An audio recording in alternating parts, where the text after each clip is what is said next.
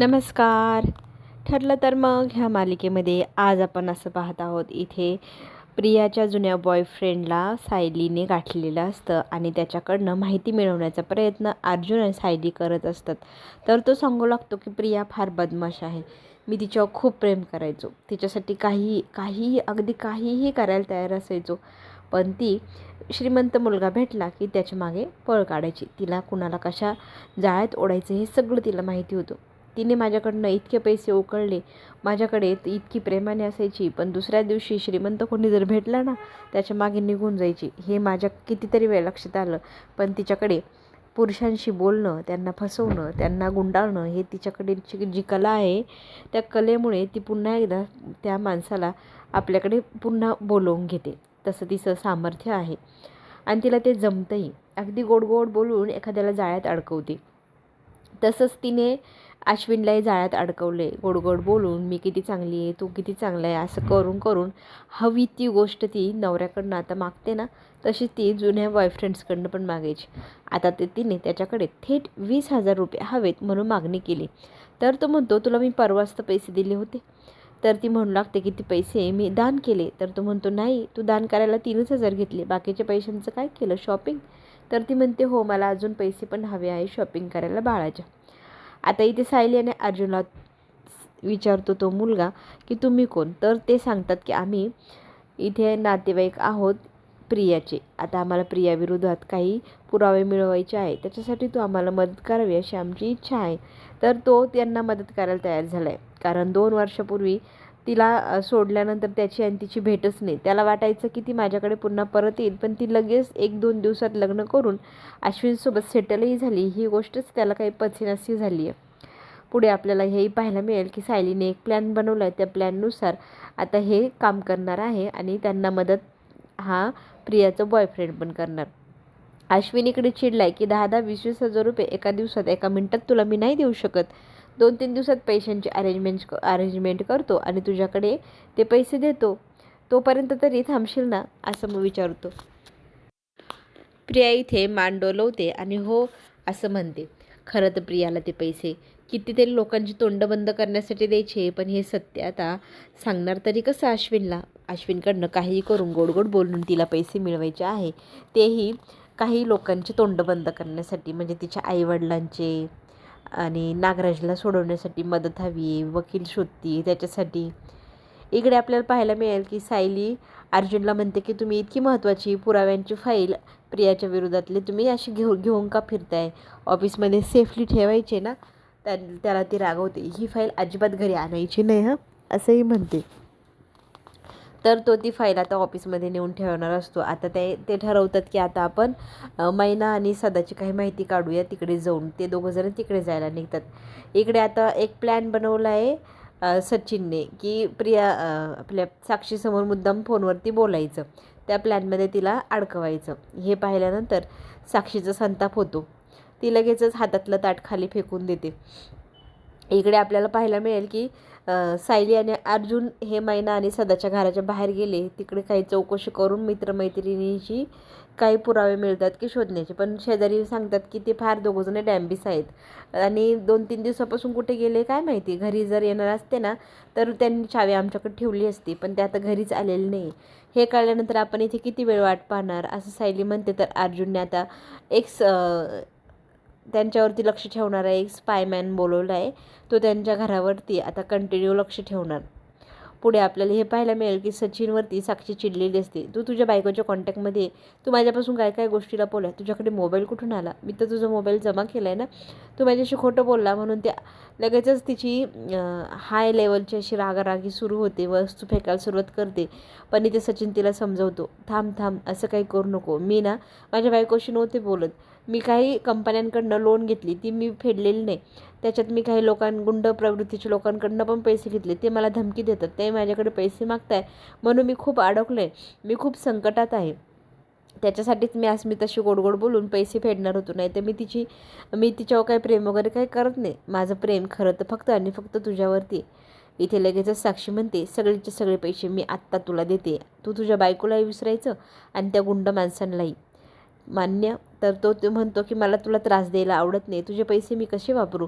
पण साक्षी म्हणते की आत्ता तू संकट आहे ना, आणि त्याच्यासाठीच तू तुझ्या बायकोकडे परत गेलं होतंस ना, आता पुन्हा तिच्याकडे जायचं नाही.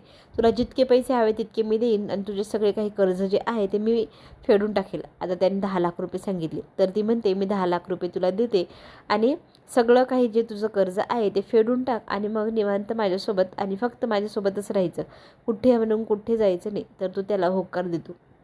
इकडे आनंदाचे क्षण सायली, अर्जुन हे अस्मिताई आणि तिच्या बाळासोबत घालवत असतात. सगळेजण खूप आनंदी असतात. अस्मीला भेटायला रोज रोज नवीन नवीन व्यक्ती येत असतात. त्यात बाळासाठी काही काही छान गिफ्टही आणतात आणि छान प्रकारे त्यांचा वेळ ते घालवत असतात. अस्मिताला विसर पडावा म्हणून सगळे प्रयत्न इथे अर्जुन, सायली, घरातली मंडळी करत असतात.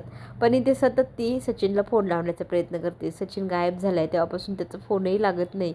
ही खंत मात्र अस्मिताला वाटत असते. हे सायली अर्जुनच्या लक्षात येतं आणि ते तिचं मन दुसरीकडे वळवण्याचा प्रयत्न करू लागतात. मग अर्जुन तिच्या मांडीवरती बाळ देतो आणि आपण छान सेल्फी काढूया म्हणत छान फोटो वगैरे काढू लागतात. सगळेजण तिचं मन दुसरीकडे वळवण्याचा प्रयत्न करतायत हे तिलाही जाणवतं आणि सगळेजण तिच्यासोबत वेळ घालवतात. इकडे मात्र 10 लाख रुपये देऊन जवळजवळ खरेदीच केलं आहे ही साक्षीने सचिनला. आता तर सचिन इतका खुश आहे की मी हिलाही फसवलं, हिच्याकडनं पैसे काढले. काही गुंडांचे वगैरे फोन येत नव्हते, फक्त ॲक्टिंग केली तर 10 लाख रुपये भेटले. अजून काय काय मिळू शकतं हिच्याकडनं, तर हिला खुश ठेवायला हवं म्हणत तिला घट्ट मिठी मारतो आणि तुला सोडून कुठेही जाणार नाही असं प्रॉमिसही करतो.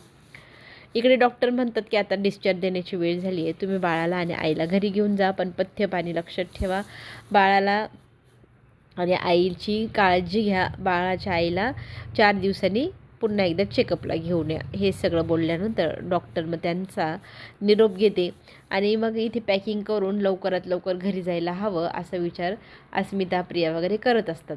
आता सायली आणि कल्पना घरी असतात. घरी रूम डेकोरेशन चालू असतं त्यांचं. अस्मिता येणार, त्यांचं स्वागत छान प्रकारे झालं पाहिजे, रूम मस्त सजवली पाहिजे हा विचार करून ते रूम वगैरे सजवण्याची तयारी करतात.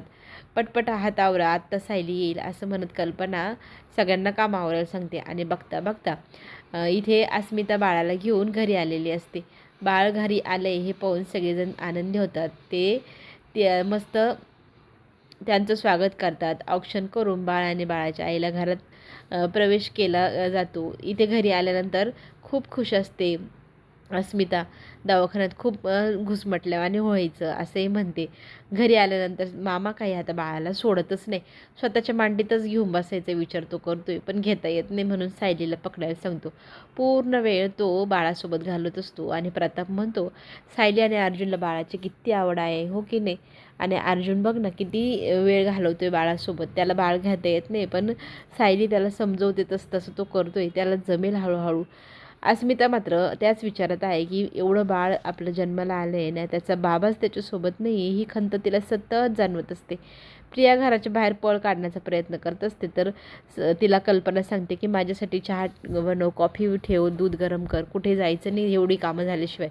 खरं तर तिला बाहेर जाऊन लवकरात लवकर तिची कामं निपटायची आहे. तिला ना मैना आणि सदाला भेटून पैसे द्यायचे, त्यांचं तोंड बंद करायचे आणि भरपूर असे तिचे पुरावे ते तिला नष्ट करायचे, पण तिला बाहेर काही जाता येत नाही. सगळेजण बाळामध्ये हे बघून ती विमलला काम सांगते आणि तिथून पळ काढण्याचा प्रयत्न करते. इथे सायली आता म्हणते की बाळाला आणि बाळाच्या आईला आराम करायला हवा आणि तुम्ही खोलीत चला. खोलीत गेल्यानंतर खोलीतलं एवढं भारी डेकोरेशन पाहून अस्मिता खुश होते आणि ही रूम माझी आहे असं मला वाटतच नाही असं ती सायलीला म्हणत असते.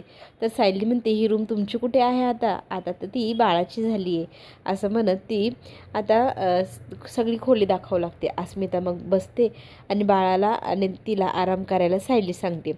अस्मिता मात्र एक गोष्ट रूममध्ये नोटीस करते की ह्या ठिकाणी नवरा बायकोचा आमचा फोटो होता, तर तो फोटो घरातल्यांनी सगळ्यांनी मिळून काढून टाकला, फक्त अस्मिताचाच फोटो तिथे लावण्यात आलेला आहे.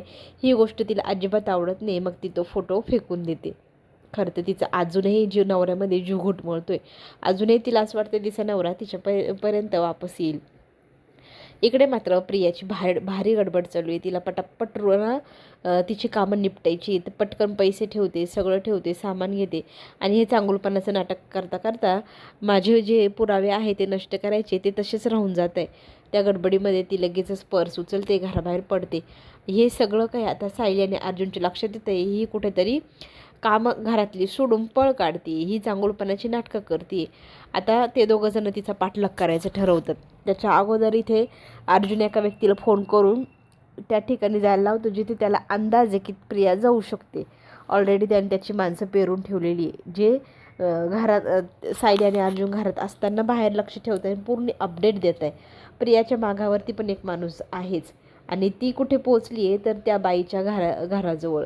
त्या बाईला सायली आणि अर्जुनने पहिलेच तिथून बाहेर काढलेला आहे आणि एका सिक्रेट ठिकाणी नेऊन ठेवले. चला तर मग पुढे जो ट्विस्ट येणार तो पाहण्यासाठी आपण पुन्हा भेटूया. धन्यवाद.